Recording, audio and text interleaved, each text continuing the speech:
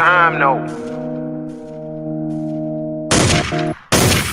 I would like to personally welcome you to Man Hour After Dark. Say that thing. While I bring you the host, Mike, Buck, and Cone. You know who coming to the sports talk than what you about to hear right here. I second that. Go.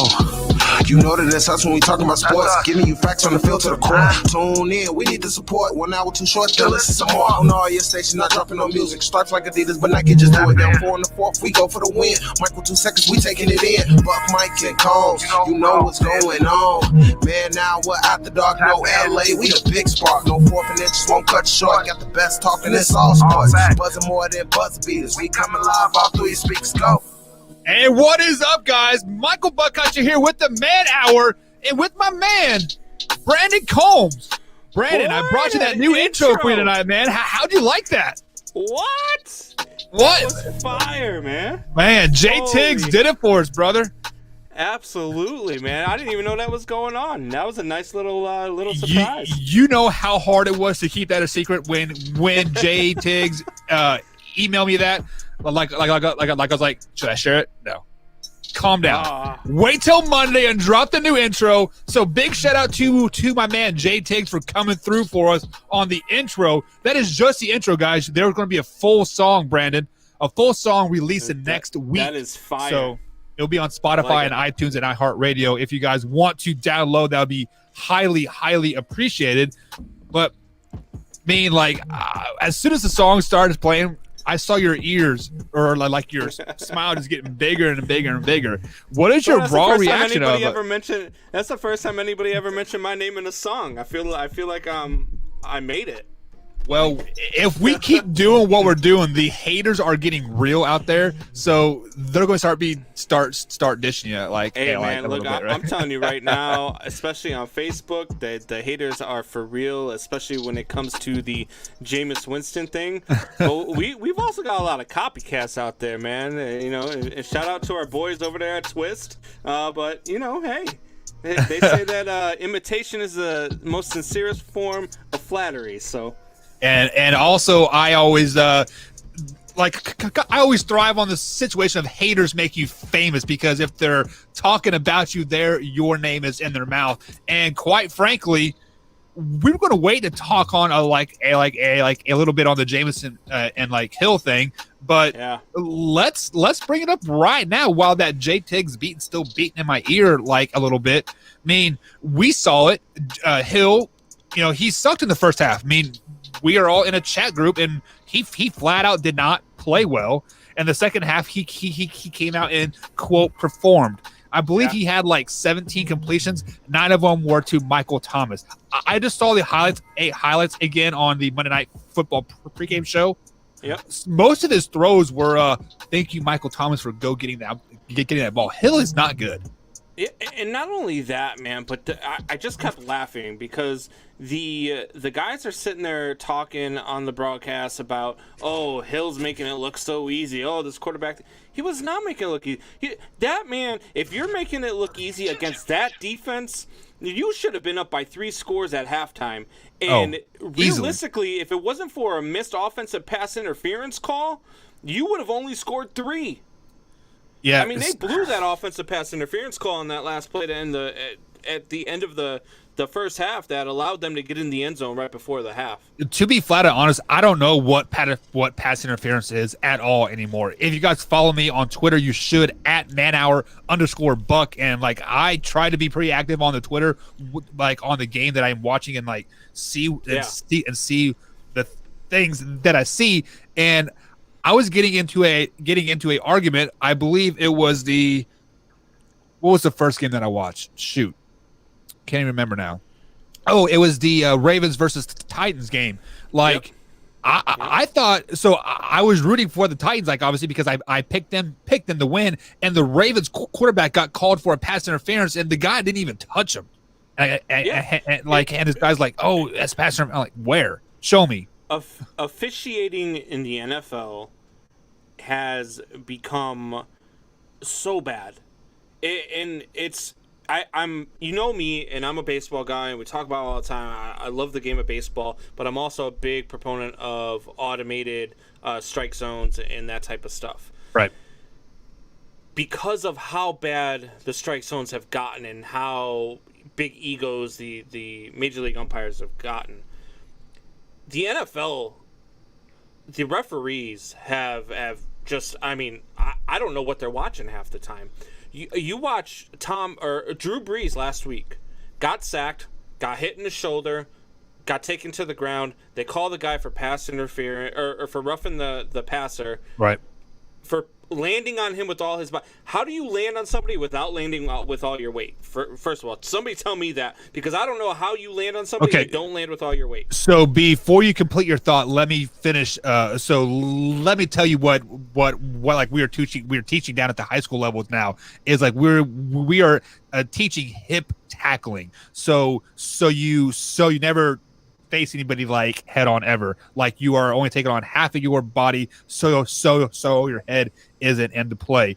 And when you properly hip tackle, both players are not fully landing on each other. You are landing on yourselves, like at the end of the day.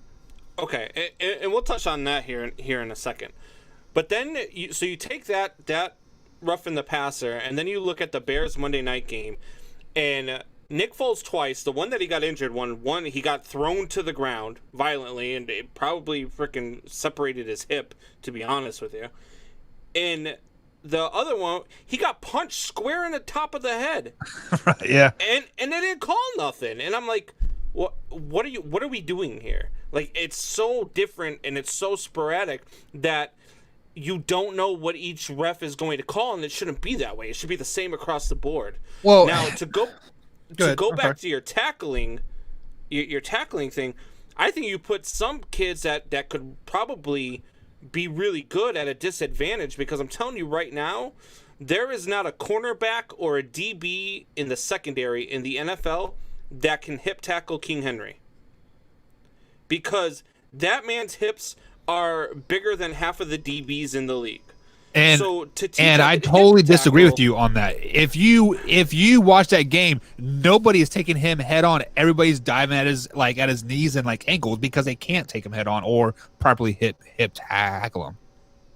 Right, but if you're trying to, man, I get so tired of the trying for the big hit. I think that's a big problem all across the NFL, which is why I think King Henry's been better than maybe what he is. Right. Is because they like to try to go for the big hit, and if all you're doing is putting a shoulder into King Henry, he's going to laugh at you and keep running.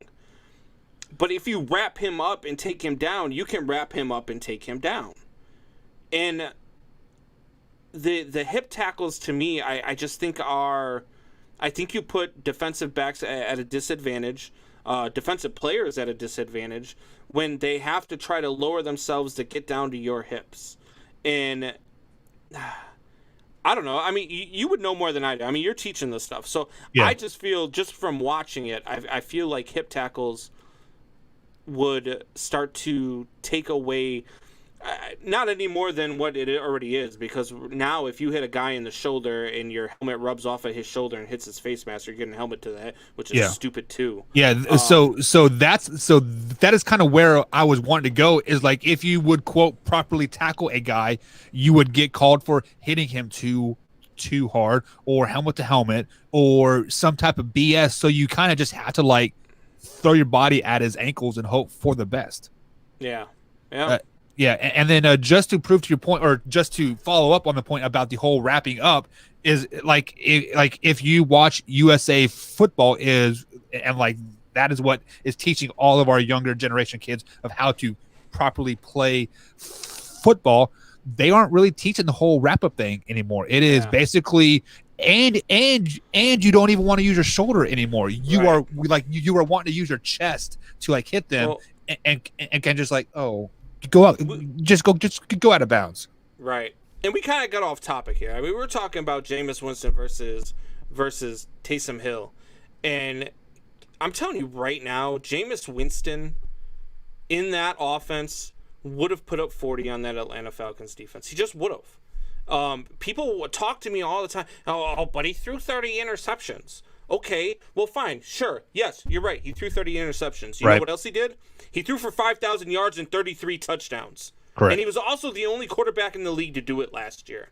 So don't tell me that he's not a better option than Taysom Hill. He's just not. Is Taysom Hill more mobile? Maybe. Taysom Hill's faster for sure. But the better quarterback is Jameis Winston. Jameis Winston, right now, this year, in 2020, is the best quarterback on the Saints team, and he is right now the third-string quarterback. That's a joke. And just to add to your point, because I was defending you all weekend, and I totally didn't believe that Jameis Winston is a top 10 quarterback or even a top 40 quarterback in the NFL. But the more I sit back and I watch things, Jameis was in a lot of hard spots to where he had to force the ball down the field because Bruce Arians is not a very good coach. Well, right. He's a quarterback. Yeah. God, right? But he's not a very good coach, not a very good play caller. You take a guy who was on the Tampa Bay Buccaneers last year, and yes, he had a very good wide receiving core, as they do in Tampa Bay.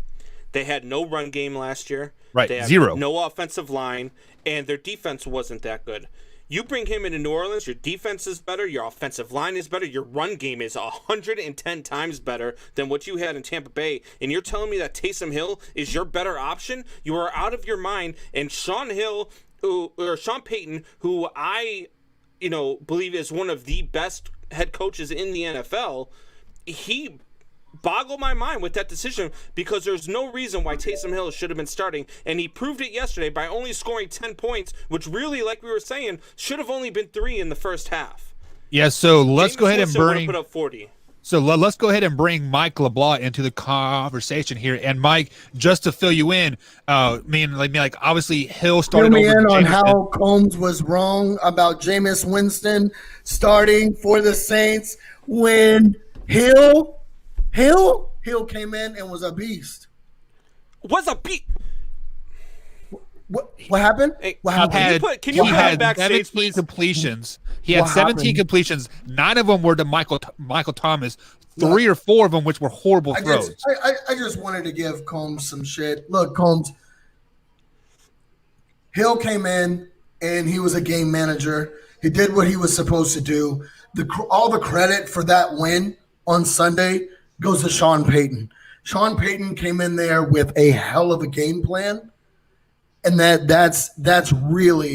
was really the key of the game. Do you know why he started Taysom Hill? You guys want to know why he started Taysom Hill? Yeah, you have to see what he has. No, in Taysom Hill. You start Taysom Hill. The only thing that makes sense as to why they started Taysom Hill was because they know if they put Jameis Winston in as quarterback, that they ain't giving it back to Drew Brees.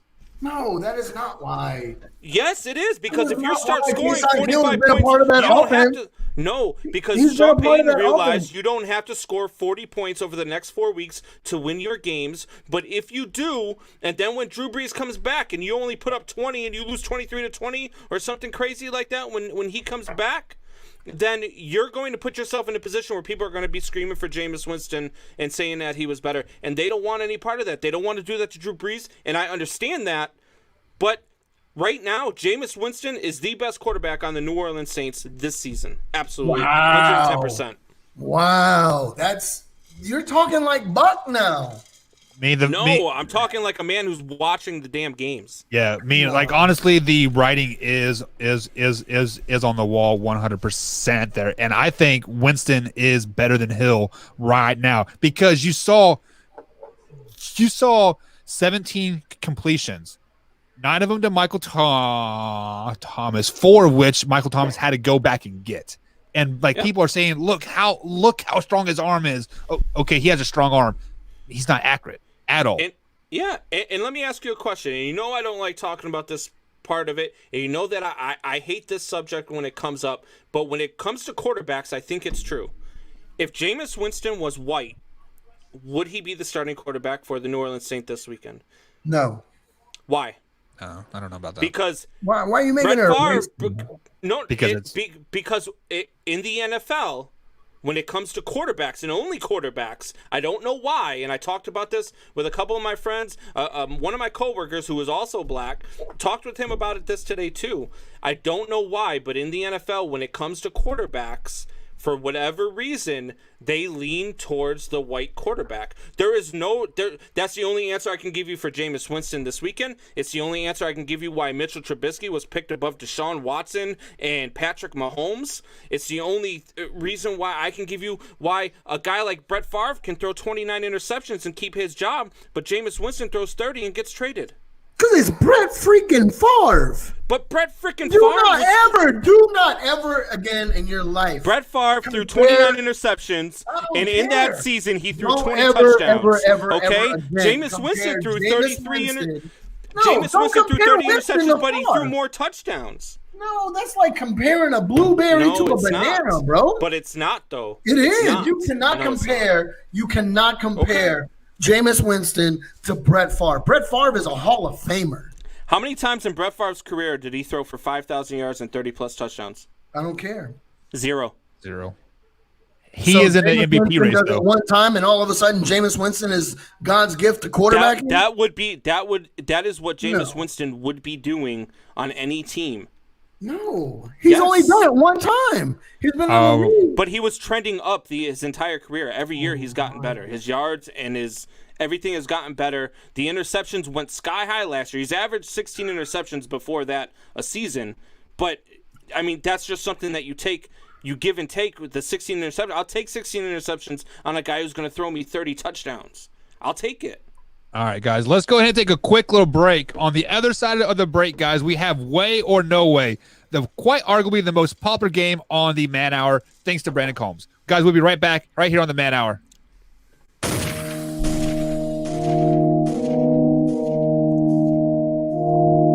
You don't want to be every time, no. I would like to personally welcome you to Man Hour After Dark. Say that thing. While I bring you the host, Mike, Buck, and Cone. You know who coming to the stage. Sports talk than what you about to hear right here. I second that. Go. You know that that's us when we talking about sports. Giving you facts on the field to the core. Tune in, we need the support. 1 hour too short, then listen some more. On all your stations, not dropping no music. Starts like Adidas, but Nike just do it. Down 4 in the 4th, we go for the win. Michael 2 seconds, we taking it in. Buck, Mike, and Combs. You know what's going on.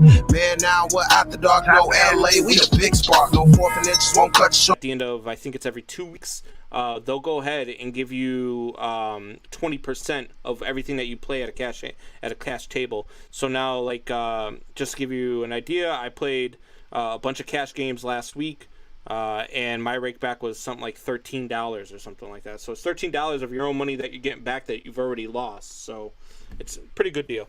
But at any rate, Combs, I gotta say something though, real quick. What's up? Man, I'm digging that shirt. You like that? I like that. So this is actually I do a donation every month to the Till Valhalla Project, and it's $30 a month, and they send you a T-shirt. Sometimes they will send you keychains. They sent me coasters and all sorts of stuff with it as well. But they'll send you a different shirt every month. It usually goes along with the month. Like yesterday, I got my other one in the mail, and it was always remember 12/7/41, which of course is D-Day. And then it's got, the little tribute on the back of the T-shirt that has the we always remember those lost at Pearl Harbor, and it's got a picture of Pearl Harbor and the bombing and all that stuff. So they do some good stuff there, man. I've got a lot of good shirts from them. I'm digging that shirt. You just need to go to the gym so you can fill it out. All right, boys. No way. Yes way. All right, so our first way or no way here, and man, this was sad to see yesterday, man. The Joe Burrow's injury. The guy was playing so hot and doing well for the Cincinnati Bengals, and it's just tough to see a kid like that go down. But the first way or no way here is Joe Burrow's injury and the Bengals' inability to build around him will put him on the same career path as Carson Palmer. So the answer to that question is no way. Simply because I think Joe Burrow is going to be better than Carson Palmer, and he does have better pieces around him. The only thing that he is missing is a solid offensive line. They have Joe Mixon, a top 10 NFL running back in the league. They still have A.J. Green, and then they drafted that other receiver. His name's always slips on mine for whatever reason they're going to get a good pick this year in the draft to build that offensive line. Joe Burrow is not going to play in 2021, so they'll get another good draft pick. And then 2023, look out. Cincinnati Bengals are going to be fired. Joe Burrow is going to be a top 10 quarterback in the league, hands down. Definitely no way. Yeah, I'm going to say no way, too. Almost for the same exact reasons as Buck. I mean, I think they're offensive line away from, being a really good team and a really competitive team in that division. I think Joe Burrow is going to be a transcendent player. I think he's going to be one of those quarterbacks that we're going to look back on and be like, oh, that kid is special. And I think he's shown it this season, even without the lack of talent around him. Yes, he does have Joe Mixon, top 10 running back in the league, which always helps. AJ Green, and you can see it this season with AJ Green. He's a lot happier than he was the season before. Season before, we always heard whispers of AJ Green wanting to trade to get out of Cincinnati. So, no way for sure. And Buck, I disagree with you. I do think Joe Burrow will come back in the 2021 season. All right. So first on that, I disagree with you, LeBlanc. I don't think. Well, if the Bengals are smart, and you're not winning anyway without Joe Burrow, and he's out, so the trajectory for his injury is 9 to 12 months. And so if that puts you at week 11 of next year, sit him out. There's no reason to put him back in. You get that higher draft pick, you sit him out, and you bring him back in 2022 and give him that extra time to rest up. So I disagree with bringing him back. They might, but I would disagree with the decision to do so. I don't think an ACL tear is going to be 9 to 12 months. It is the ACL, MCL, PCL, and a whole lot of other just an ACL tear. My bad. Oh, so he just completely he has the Carson Palmer injury. It was Teddy Bridgewater. So he will not be back next season. The answer to this one for me is a no way as well. Look, I think that he is a more mobile Peyton Manning. I really believe that about Joe Burrows. He's very good. I think out of this draft class, he is a more mobile Peyton Manning, and I really believe that Justin Herbert is a more mobile Tom Brady. So I think we're going to get really good quarterback play out of these guys.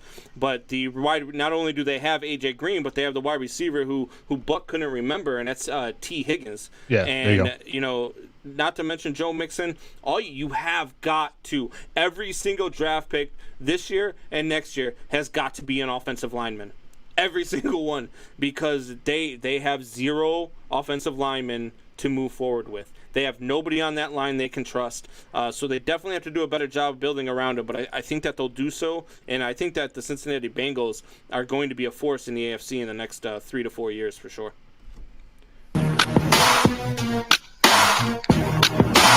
No way. Yes way. Alright, boys, so the next way or no way here, I got into an argument with our boy Wayne G today about this one.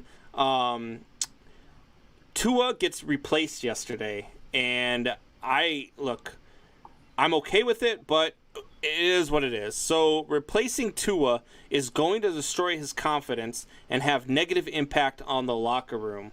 Way or no way? So that is 100% way, because I told you guys, every time a coach pulls out a quarterback and puts the backup quarterback in, you are flat out saying that this quarterback cannot play, and you guys need to trust my ability to see talent in the second string quarterback. Now that Tua got benched in the fourth quarter of basically crunch time to bring in Fitzmagic, and he drove he drove the Dolphins down the field. Yes, he threw an interception in the end zone, but he drove the Dolphins down the field. And now Tua is going to be named starter again for this next week. Flores has completely lost all faith in that locker room, 100%. There is no way that Tua can recover from this season. Next year, maybe, but if he gets benched again, which he will in the second half of next game, I mean, you might as well just stick with Fitzmagic, and they're going to miss the playoffs because of it.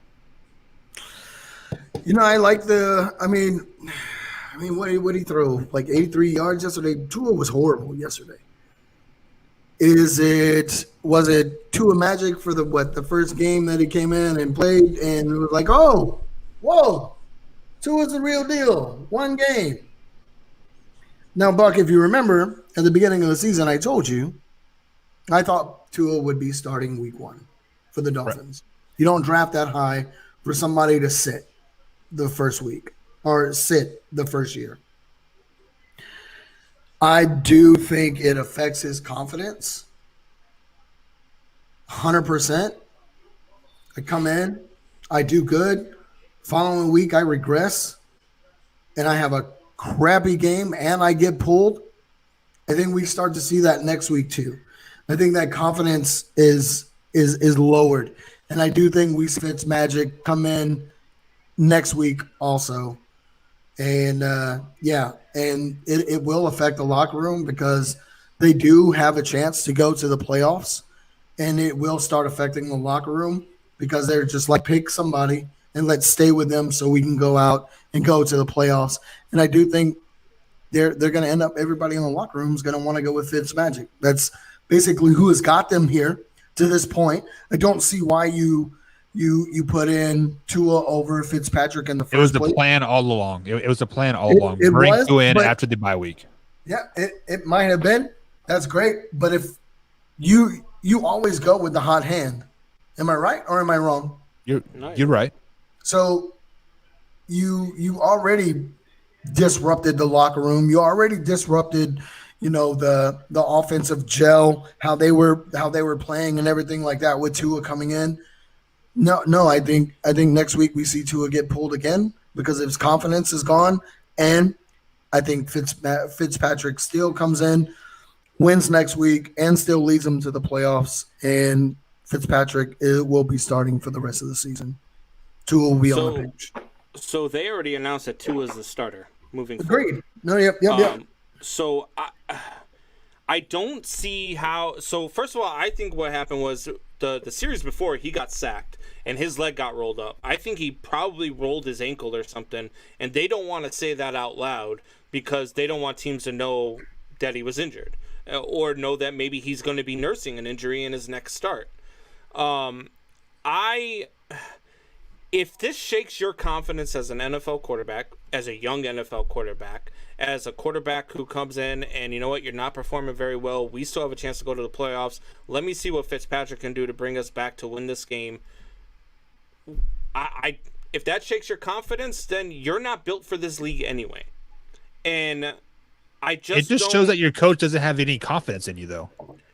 No, but does it show that, or does it say, hey, look, you're doing some good things right now. You're doing some things we see that are really good, but you're doing some things that are ineffective right now. So right now, to win a ball game, to do the best thing for our team, to win a ball game, I'm bringing in Fitzpatrick to try to win this game.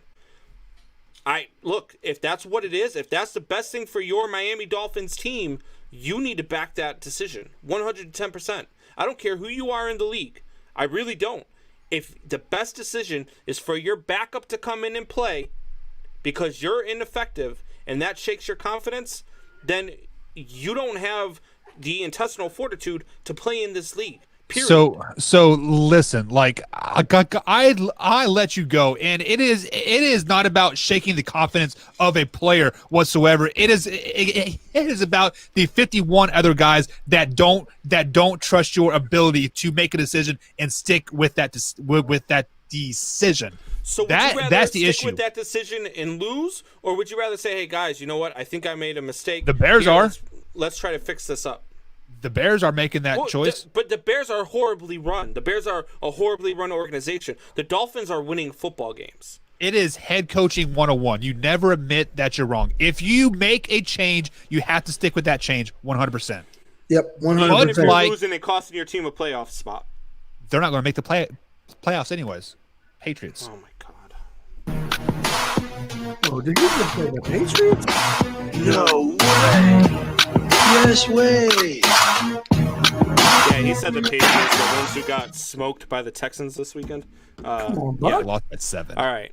So speaking of which, let's go here. More football here. The next one, and man, I really did not think that this was going to happen. When the Green Bay Packers went up yesterday 21-7, I was like, man, I was right. I'm going to see this one end at 40-23. And the Colts stayed in it the entire way, came back and win this game. In overtime. So the Indianapolis Colts can no longer be considered a pretender this season. Way or no way? I mean, that's definitely no way, because they have never been a pretender all season. I told you guys in the preseason that they were going to go 10-6 and win that AFC South and make some noise in the playoffs. I still think they're going to make a playoff run into the AFC Championship game versus the Kansas City Chiefs over the Steelers, over the Ravens, over the Titans, whoever else you want to throw in there. It doesn't matter. The Colts have been the staple of the AFC ever since they picked up Phillip Rivers in the offseason. Definitely. Colts they were never pretenders, always contenders. Yeah, I agree with Buck. I don't think the Colts are pretenders. And I don't think they have been all season long. You know, at the beginning of the season when me and Buck we were talking, we broke down the Colts schedule. You know, both of us agreed. Phillip Rivers was a great addition. And I think Phillip Rivers coming to the Colts, he has a chip on his shoulder and he has something to prove that, hey, I wasn't the problem in San Diego. Now Los Angeles. I wasn't the problem. And now he's coming out and he's showing you that he wasn't the problem. I don't think the Colts have been pretenders all season long. I don't think they're pretenders now. They just went up head-to-head against an NFC juggernaut in the Green Bay Packers. An overrated juggernaut. Shut your mouth. They went toe-to-toe with the Green Bay Packers and came out on top in overtime. I don't think they're pretenders. So I don't think they're pretenders anymore either. I thought that they were up until this week. I thought this was going to be their downfall. They don't have a tough schedule, but they don't have an easy schedule the rest of the way. They do get to play the Steelers at some point here. I think it's week 16 that they play the Steelers.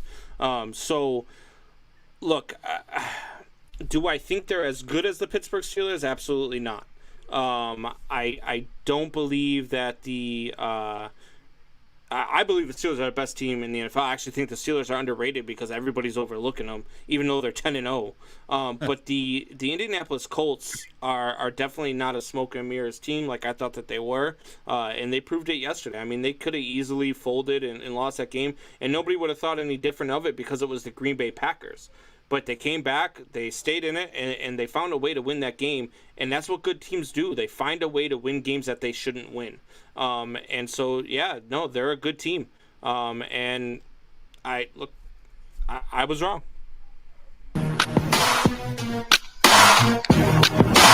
No way. Yes way. Alright, boys, so switching gears here, we are going to talk a little UFC. Yes. Hopefully you guys caught the fights this weekend. Davison Figueiredo, that guy is a beast, and Brandon Moreno took the main event of the prelims with an impressive knock TKO. He was striking the guy from the back. The guy went to go block it, and he separated the guy's shoulder with his strike. Unbelievable. But I believe Davison Figueiredo finally made his first mistake in UFC by accepting the fight so soon from the very dangerous Brandon Moreno. He signed, right after his fight, signed to fight him at the very next pay-per-view in 2.5 weeks. Is that a mistake? Way or no way, Mike LeBlanc? Yeah, 100%. This is his first mistake in his UFC career. You're about to take on Brandon Moreno. This guy is 18-5-1. This man separated another man's shoulder while he was striking him. And you accept it so quickly. Look, Brandon Moreno is an up-and-comer in the flyweight. I think over the next couple UFCs, this guy is going to get his chance at the flyweight title. And you're looking, Brandon Moreno, you are literally looking at the next champion of the flyweight division. Yeah, no, I agree. You Figueiredo, like you sign your own death warrant. You really did. You accepted that fight. Boom. Like, let's go. Like, bro, I don't think, Figueiredo, you are not at the level of the strike capability of Brandon Moreno right now. Yeah. This And I'm man's telling you right now, strike like, is I sat there on Saturday with my father-in-law, and I told him, I said, we were watching the Moreno fight, and I told him, I said, look, I said, watch this guy fight, because he is eventually going to get his shot at Figueiredo, and he can probably beat Figueiredo. I said, Figueiredo is good because he can game plan. His game planning is pretty flawless. And then he decided to only give himself 2.5 weeks to game plan and train for Moreno. Yeah, Moreno is going to beat Figueiredo. yeah, he's gonna murder. I have him. no doubts in It's my gonna mind. be it's gonna be either a first round submission or a first round knockout. Yeah, Period. TKO. Yeah. All right, guys. So I let you guys go a little bit. I'm getting back into the UFC sport itself, but the correct answer is no way. I mean, there is no way that he made a mistake because, for one, you are the champion. You never want to back down from a challenger. Like you would say, who wants some? That shows that you are a man. Secondly, anytime, anywhere. That is a fighter's mentality. Anytime, anywhere. You want to go in the street? Let's go in the street. You want to do it tomorrow? Let's do it tomorrow. You want to wait till next July? I'll wait till next July so you can get quote in shape. He didn't make a mistake, Combs. There's also he did everything such right. thing as being the champion and being smart enough to not get goaded into such a quick fight. You're the champion. Don't let this guy goat you into defending your belt so quickly. That's what he gonna take your wants. belt. It He's gonna favors take your him belt. if you take that fight so quickly. He's gonna go and take your damn belt, and there ain't gonna be nothing you can do about it because you don't have Him enough accepting time. that fight so quickly, Figueiredo's that was his ego. That's all Oh, that absolutely. was. That was his 100%. ego. Every man has an ego. He never want to back down. Never. I get it. Every man has an ego, but sometimes you've got to put your ego in check. You have to be a smart fighter at this point. You Anytime, are the anywhere, champion. son. You're the Anytime, champion. anywhere. I get it. Get out of here. No way. Yes way. All right, so sticking with the UFC, man. Look, I love the female UFC divisions, man. I love watching these girls scrap. There are girls that I'm telling you right now would absolutely, it's pretty much every single one of them, would annihilate me. And these girls, man, are so good. But these Shevchenko sisters, man, are a different animal, man.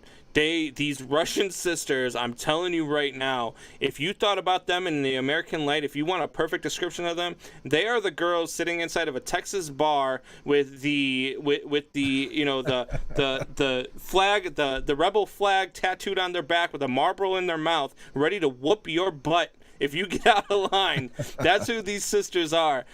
So the next one here is the Shevchenko sisters will eventually have to fight one another for the title, which also means that Valentina will have to hang on to that title for probably about the next year or two before her sister is ready for that title fight. So, way or no way, the Shevchenko sisters will eventually have to fight one another for the title. So that is going to be way because let's be honest, we have seen sisters basically run professional sports. You know, you see the Venus and Serena, like they come up and they ran tennis forever, and they still do. I mean, so Serena's so hot. Yes. but so these sisters are probably training together.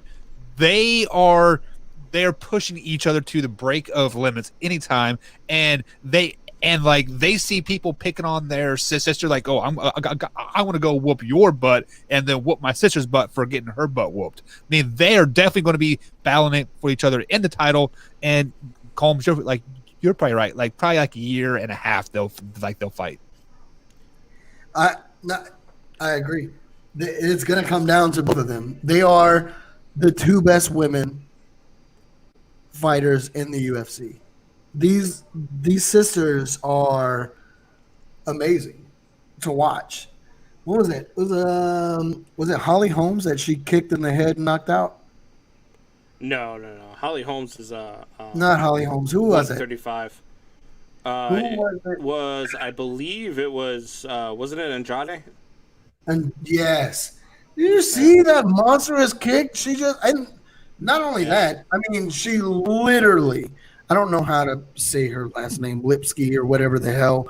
Like, she literally destroyed her this weekend. She literally destroyed her. There is only one person I think that stands in the way of them two being able to fight for the title, and I think that is McFarlane. She is very well-rounded. She's still undefeated. McFarlane is a very good striker, and I think that she could hang with Shevchenko. And the other one is if Waylay decided to go up a division and fight a division, I think she would give Shevchenko a run for her money as well. But other than that, man, that's Shevchenko's division, and her sister is a beast, man. I watched her fight in the prelims the other night. She's a beast, and she's every bit as good as her sister. I would love to see that fight. I would just love, not only just because they're both very good, but because of the sibling rivalry. Like, Yeah. I mean, we all remember that movie. Which one was it? Where the boxers were brothers and they didn't want to fight each other, but they ended up having to go at it in the for the title. That, man, that is everything that we want to see. It's got every element there: the drama, the suspense, the family relations, and not only that, but they're very good fighters. So, yeah, absolutely. Alrighty, guys. We are going to take a quick little break on the Man Hour. On the other side of the break, Man Hour is going to talk a little bit of NFL football. What is up? We've got a surprise way or no way. Mike LeBlanc. Surprise way or no way? Surprise, no way or way. All right. He even said it backwards. Yeah, fuck it. Way or no way. CeeDee Lamb's catch in the end zone this weekend was one of the most impressive catches of all season. Oh, you just wanted to talk Cowboys. All season? God. I mean, yeah, like all season, because we really haven't had too many spectacular catches this season. So, way. Sure, I mean, way. We'll make you happy. Way. Wow. Yeah. The Cowboys wide receiver was amazing. He made one freaking catch all year. He's so CeeDee awesome. Lamb's been a beast all season long. What are you talking gonna about? the Cowboys are gonna win their division at 6-10. Congratulations. Come on now. 8-8. I think. All right, guys. Man Hour is going to a break. On the other side of the break, we're going to talk a little bit of that NFL sport that we do love. We'll be right back right here on the Man Hour.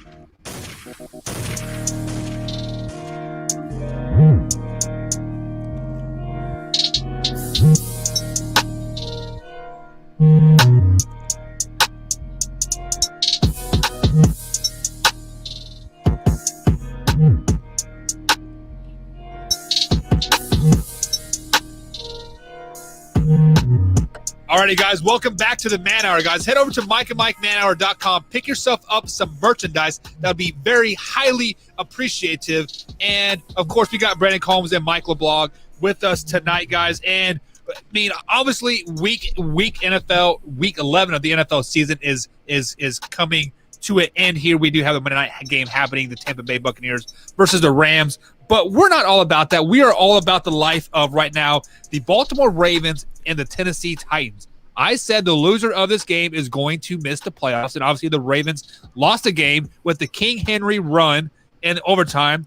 Brandon, I texted you earlier, and I said, hey, King Henry needs to stop being Queen Henry. He can wait to do that till next week. Yeah. So do you think the Ravens are going to miss the playoff after this loss that they took?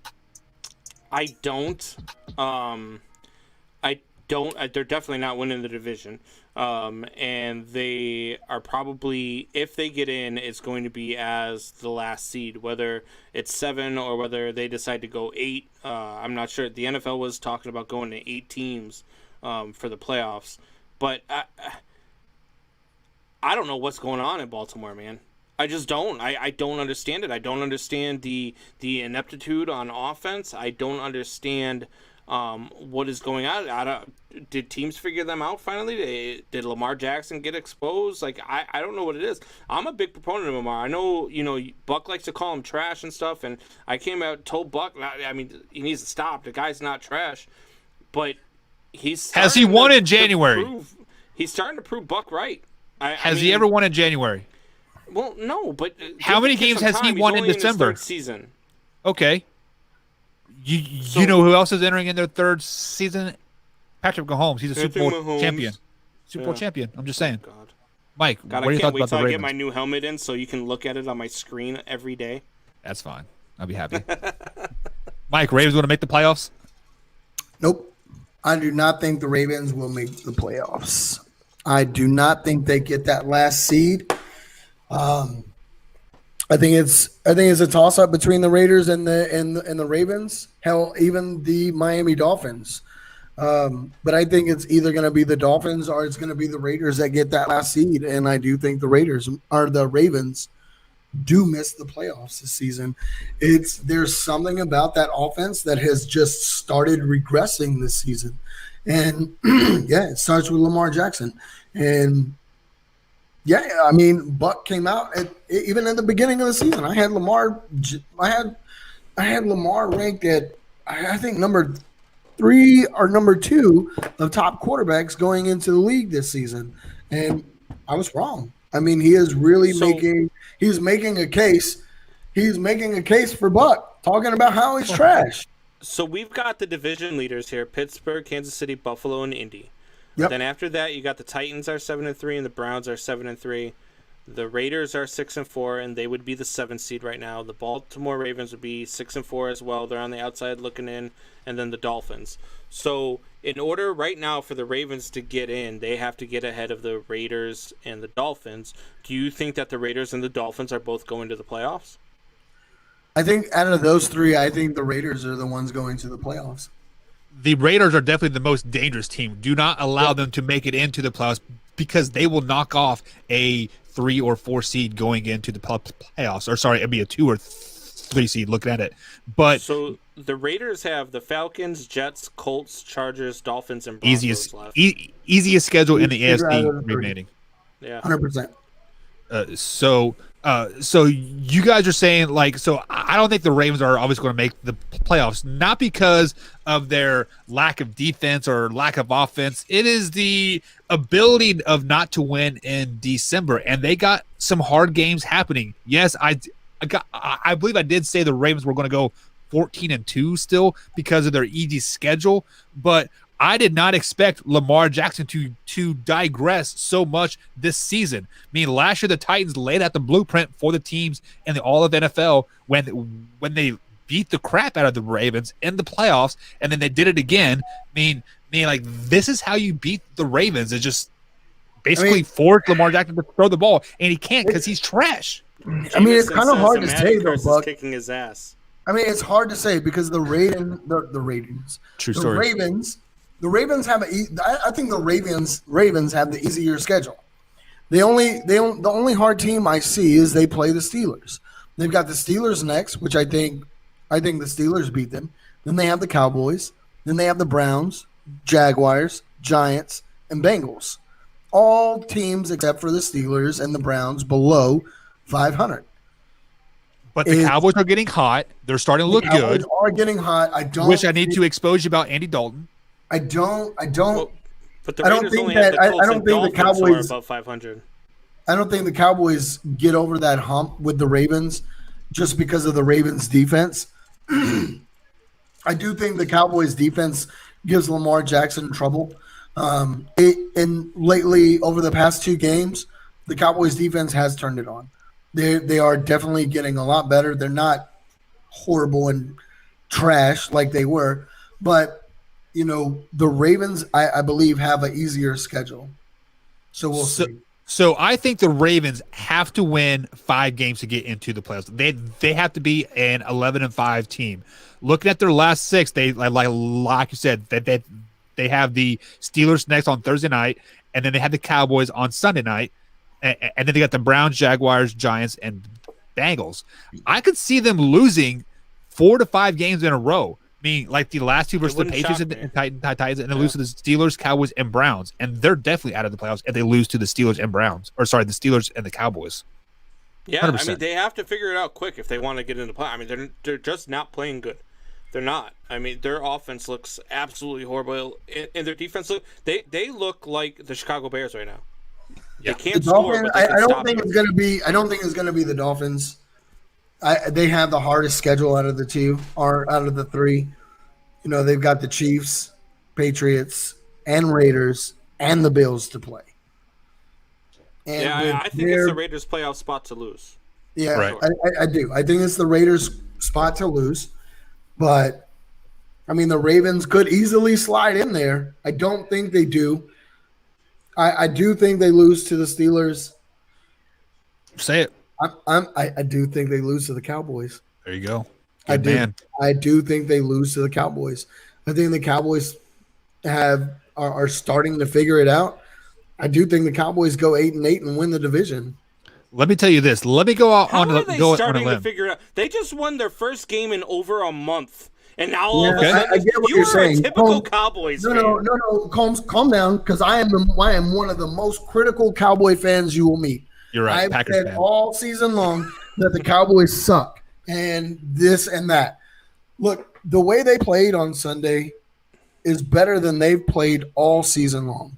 Do you want to know why they played well? I was wrong, and I'll admit it. It was And the Minnesota Vikings. I get They were it. but hot. I get it. It was the Minnesota Vikings. I get what you're saying, Combs. I get what you're saying.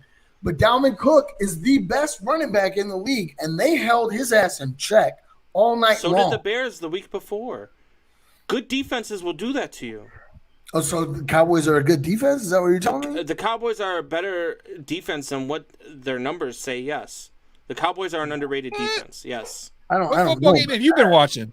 I don't know about that. The Cowboys are an underrated defense, yes. Okay, maybe, but do you guys listen to what I tell you? Because I spit out knowledge to you guys every freaking night. Momentum is key. Cowboys are getting that momentum. Do not let them into the See playoffs what because they're you going to did, go to the LeBlanc? NFC Championship game. I told you We're guys. about to talk And- to Cowboys NFC. And I told you Andy Dalton is the answer in Cowboys land. How the hell did this show get on the radio? And like Mr. LeBlanc over there said Andy Dalton shouldn't be starting because he did what? Okay, Mike, are you ready to ride that red rocket? Come on Let's over here, go. big boy. As long as he goes to the playoffs, let's go. They're going. If the Cowboys make it to the playoffs, they're going to NFC No, the Championship. Man. Cowboys. I think the Cowboys are going to the playoffs. I think they are becoming, and yes, momentum, getting hot down the stretch. Doesn't matter what team you are, getting hot at this time. You were and about going to into say, December. I think they're the best team in the NFC East until you realize that that's Yeah, not a really good statement. it's the NFC East. Yeah, this is NFC East. Me, It's you, not- and Buck nothing are the best team in the spectacular. NFC East. It's nothing spectacular by any means, but I do think they are the better team in the NFC East. They are getting hot right now. Carson Wentz is regressing. Carson Wentz gets benched this week. I think so for Jalen Hurts. I really do. I don't think he gets benched until next season. I think that because they have a shot to win the division, Carson Wentz is going to be your quarterback the rest of the season. And they'll go to Jalen Hurts to start next season, but they're not going to put him in the middle of a playoff hunt, and they're not going to do that to that guy, especially in Philadelphia. Though those fans, if Jalen Hurts starts next week, say he was to start, and even though they're only 3-7-1, say they finish at 6-9-1, and somehow the Cowboys do pull off 7 wins, the fans will eat Jalen Hurts alive in Philadelphia. But he has many wins as wins with less games, so I'm not for sure how you can do that. But we're getting short on time. Let's move to the Packers-Colts game. I mean, the Packers gave it away in overtime after the referees gift drafted on that last drive for the Colts, but the Colts did beat them 34-31 in overtime. Can I just say something? This year officiating has been one of the worst years that I've seen in a very long time. If you were here on the show earlier and on time, you would have already heard that statement. Oh, We well, already you know talked what? about this. You weren't You here. know what? I was on a call making money. How about that? Yeah, well, I already said that, so thanks for stealing my take. I think what you were doing, I don't think you were on a call. I think you were watching the show, taking notes on what to say later. Oh, that's it. So It is. Mike, I'm going to propose this question to you. Are you ready to sell the Packers? They are no longer a top team in the NFC. Are you ready to sell them? No, I think the Packers are still. I think the Packers are still there. They're still going to the playoffs. They're still going to be a team to beat in the playoffs. Look at this, Aaron Rodgers, guys. Yes, he got beat. He got beat. He got beat last night. He didn't get beat. His defense got beat. Agreed. But I mean, it's Aaron Rodgers. Like, regardless, at the end of the day, Packers got beat. Their defense, yes, their defense gave it away. But like Buck said, it was gift wrapped on that last drive. Yeah. It really was. No, It was. I agree. It was like, hey, sorry, here you go. Here's the win, Colts. Right. That's what. You know, drives Whoa, me no, nuts, though, in this league. no. They it give drives drafted me- for the Packers. No, They threw 9 holding flags on that last drive when the Colts were trying to milk the clock out. Come Yeah, on they now. did. But I hate in this league when they say, the quarterback, like Jameis Winston last year, for example, they say, oh, well, Jameis Winston was an 8-8 quarterback. No, the Tampa Bay Buccaneers are an 8-8 team. They're putting up 30 points a game, but they were giving up 35. So that's not on the quarterback. The quarterback's doing his job. The quarterback can't play defense. So that's not. Aaron Rodgers didn't lose yesterday. Aaron Rodgers didn't get beat. That Packers he put up 31 points on what everybody says is a very good Colts defense. So Aaron Rodgers did his job. Aaron Rodgers came to play. Aaron Rodgers did what he needed to do for the Green Bay Packers to win. That defense let them down. Hardcore. Yeah. Yeah, so I've been hard on the Packers defense all year because let's be honest, defense wins championships. We can be an offensive powerhouse, 54, 56 scores KC Rams versus like a couple years ago. But when it comes to January, when it comes to February, defense wins championships. Yeah. Why did the Chiefs win the Super Bowl last year? Their defense figured out how to play defense. The second half of the season, they were a top-rated defense in all of NFL. Yes, they gave it 28 points in the playoffs, yada yada yada. But they clamped down when they needed to, and then allowed the Chiefs offense to perform. The Packers defense is the reason why they're going to lose in the first round of the playoffs this year to a wild card team like the Buccaneers, Or the Cowboys. or well, they couldn't play because they'll be both the division champions, but Yeah, true. nonetheless, let's finish this last game here. The Chiefs versus the Raiders. Obviously, the Chiefs did beat the Raiders last night 35-31. And I said the Raiders are going to be really, really good or really bad. But are we putting the Chiefs on a pedestal this year and they're just really not that good? Combs. No, the Chiefs are very good. I think that people are disappointed that they're not undefeated like the Pittsburgh Steelers are. And for whatever reason, everybody forgets about Pittsburgh and how good they are. And Pittsburgh on both sides of the ball is extremely good. But the Kansas City Chiefs are still the team to beat in the AFC. I mean, until they lose, they're the team to beat in the AFC. They're defending Super Bowl champions, they're defending AFC champions, and they're still 9-1. So they're still pretty damn good. Their only loss to a division rival was to the Raiders, who we just said we think are going to be the last team in the AFC to get a playoff spot. And so they lost to a playoff team. That was their one loss. The Pittsburgh Steelers will probably lose a game. It might be on Thursday on Thanksgiving night to the Ravens, or it could be on another when they play the Colts or something. But the Pittsburgh Steelers and the Kansas City Chiefs are the two best teams in the NFL. I don't look. The Chiefs went up against a good Raiders team. Period. That's what happened last night. The Raiders had every chance to win that game last night, but the Chiefs were just a better team last night. You did one thing wrong. You gave Patty Mahomes too much time at the end of the game. Yeah, you did. You gave Patty Mahomes too much time, and that last touchdown to Kelsey. You can't give Patty Mahomes when you're a coach. You cannot give Patty Mahomes that much time. You can't. You know how much time you is can't good give for Patty Patrick Mahomes that much Mahomes? time. You can't give Aaron Rodgers that much time. You can't give Russell Wilson that. There's only a few quarterbacks in the league that you can't give that much time to. There's only one amount of time you can give Patrick Mahomes on the clock, and that's 0-0-0-0. That's it. Otherwise, he's going to beat you.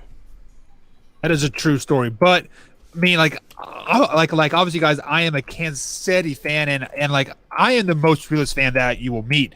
And looking forward, I still see 3 losses on the season for the Chiefs. Like I still think they are a 12-4 team moving forward. I see losses maybe to the Buccaneers, Saints, and like a trap game versus the Chargers. I mean, it is just the way it is. And as a Chiefs fan, I've been kind of disappointed like a little bit in the offense. Like, yes, we're still averaging like 35 points a game, but I'm like, I expected 50s and 60s. Like, what is going on? Why are we not scoring every drive? And maybe that's just because they got used to the 60-point games last year. I guess maybe I don't know. But 14-2 for the Chiefs. 14-2. Who got losing to? They'll lose either to the Buccaneers or they'll lose that trap game like you were talking about to the Chargers.